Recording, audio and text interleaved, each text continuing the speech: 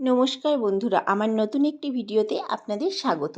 আজকে আমি নিয়ে এসেছি সন্ধেবেলা চায়ের সাথে নিরামিষি পকোড়ার রেসিপি নিয়ে। আমি এখানে অর্ধেকটা ইঁচড় কেটে নিয়েছি। এরপর আমি একটা কড়াই বসিয়ে দিয়েছি, তার মধ্যে জল ফুটে উঠলে ইঁচড়গুলো দিয়ে তার মধ্যে দিয়ে দিচ্ছি 1 চামচ নুন এবং 1 চামচ হলুদ। এরপর কড়াইটাকে ঢেকে দেবো 15 থেকে 20 মিনিটের জন্য।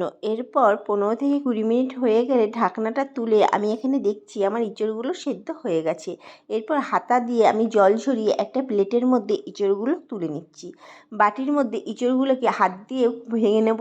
আমি এখানে মিক্সি ব্যবহার করেছি, আপনারা চাইলে হাত দিয়েও করতে পারেন। এরপর একটা বাটির মধ্যে 1 কাপ মতো সুজি এবং ময়দা মিশিয়ে নিয়েছি। তার মধ্যে দিয়েছি 1 চামচ মতো হলুদ গুঁড়ো, 1 চামচ মতো লবণ, আর দিয়েছি হাফ চামচ মতো কাশ্মীরি লঙ্কার গুঁড়ো, আর 1 চামচ মতো দিয়েছি জিরের গুঁড়ো, আর একটু গোলমরিচের গুঁড়ো, আর একটা কাঁচা লঙ্কাকে কুচি কুচি করে কেটে ছড়িয়ে দিয়েছি।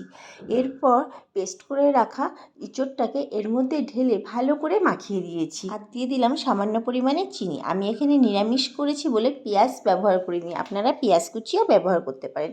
অন্যদিকে কড়াইতে তেল গরম হয়ে গেলে আমি পকোড়ার মতো এক এক করে তেলের পরে দিয়ে দিচ্ছি। এরপর এক পিঠ হয়ে গেলে আমি উল্টে নিয়েছি। এখানে গ্যাসের আঁচটাকে লো করে নিয়েছি। দেখুন আমার ভাজা হয়ে গেছে। একটু কড়া করে ভাজলে এই পকোড়াগুলো খেতে ভালো লাগবে। এরপর একে একে বাকি ব্যাটারটাও আমি পকোড়ার মতো তেলের পরে দিয়ে দিচ্ছি। এগুলোও আমি একই পদ্ধতিতে ভেজে নেব।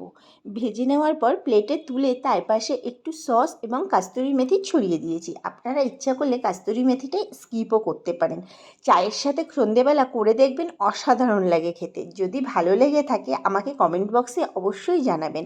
এই রকম নতুন নতুন ভিডিও দেখার জন্য আমার চ্যানেলটিকে লাইক, কমেন্ট, শেয়ার এবং সাবস্ক্রাইব করে দেবেন। দেখা হচ্ছে নতুন একটি ভিডিও নিয়ে।